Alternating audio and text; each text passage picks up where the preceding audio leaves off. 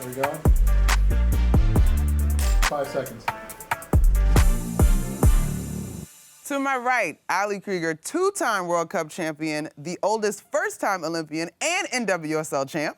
Love it. I got this one here, y'all. Sue Bird, 5-time Olympic champion. And how many WNBA championships? 4. Hoo-hoo-hoo. And Madison Packer, a top scorer in women's professional hockey, currently playing in the PWHL. Ladies, the women's sports landscape has changed a ton in the last few years, so we have to start there. We've all been in women's sports for decades. Just the general question, what has changed that has allowed it to boom the way it has in the past few years, you think, Sue?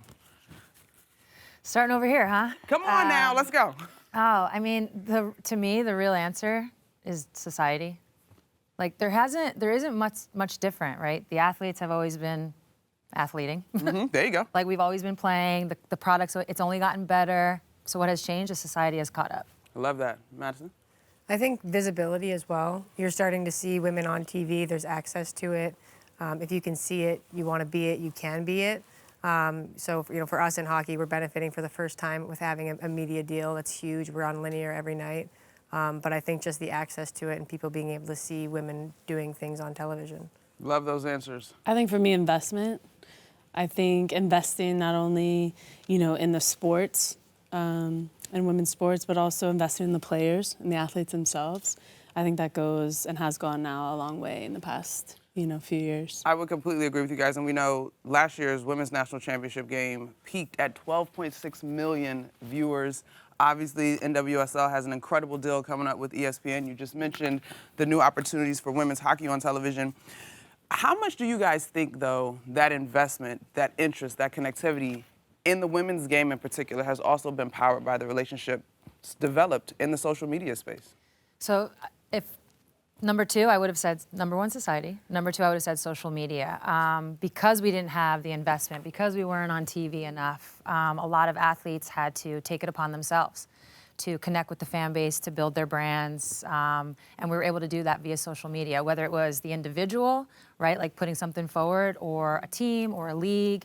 And that's where that fan base, it was already existing, but that's where they got to tap in.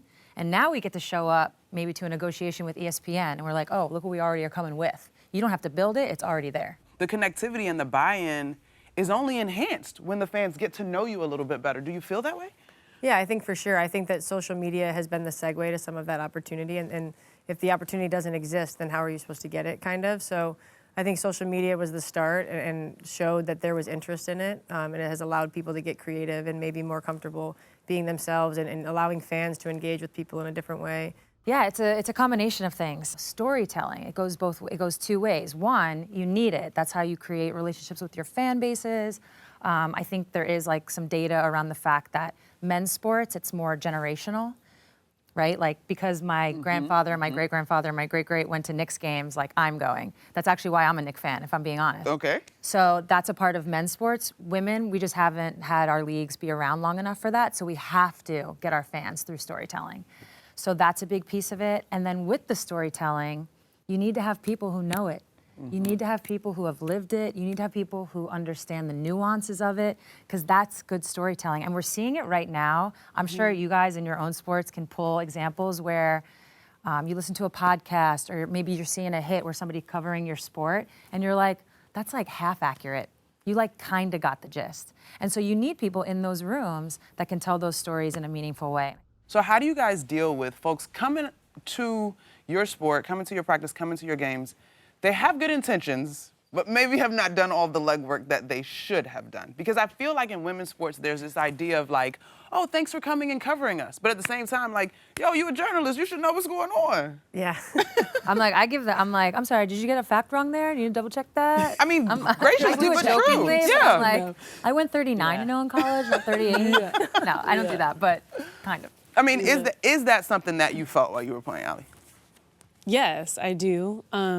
That's like an open conversation. It's okay to like also combat that, because, and like, have that discussion because they should be getting it right. They should understand more. They should ask the right questions. They should, know the details. And like Sue was talking about the nuances of like our sport and the athletes themselves. Like you should know all the numbers. Yeah. If you're going to ask those questions, then you need to be able to have the why behind it. Yeah. And so I do think that it's really important. We're going to wrap this segment up, guys, but I want to get your thoughts on this one because I think so much of the success of women's sports right now is embracing everything that women's sports is, right? We've got queer women, black women, white women, all, just embracing it all. But what do you feel has been the more challenging stereotypes to help navigate getting the due representation and the coverage? Are there stereotypes that stand sort of in the way in you guys' experience?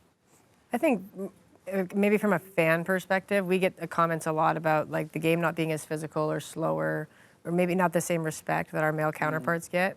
And that's super frustrating as an athlete because, well, yeah, I'm a woman. I'm not going to be the same as a man. There's so many like differences in the game itself and the way that it's played. But if you are actually, to your comment about studying the game, if you actually understand the game that's being played, there's so many differences in a positive way for the women as well. So just not comparing us to the men at all, just giving women the respect that they deserve as athletes because we're not competing against men, we're competing against the best women. And these women are the best in the world at what they do. And they should have the same respect.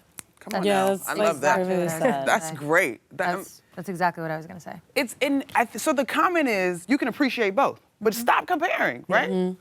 Seems It's also pretty a simple. different game in football. Like the way that you can't really compare like how you mentioned just to your male counterparts because one, I mean, the pay is obviously not the same. But then on the field, the game, we play it differently. It's not better or worse, it's just different. And it's just the way we see the game, the way our decision making, the way we connect passes, the way, I don't know, it's just the way the vibe is in the atmosphere, in the environment that you play in. It's the fans that you attract. It's just all different. I always say, like, with women's soccer, to me, it's such a glimpse into what we're really dealing with because their team is wildly successful and more successful than their male counterpart. And yet, still, they're held back in certain ways. Still, there's an equal pay issue. Still, they have to deal with these same questions. So it's like, for us, like, our male counterparts, they've had their leagues much longer, they're incredibly successful, so they're making more money, all the things, the viewership, like, all the things we're viewed as lesser than. We need a little bit of time, we'll get there. There you we're go. just viewed as lesser than right now, but then you have a women's sport that is dominating compared to the men, and still it's an issue. So to me, it always is gonna come back to what you said in terms of like all the isms existing.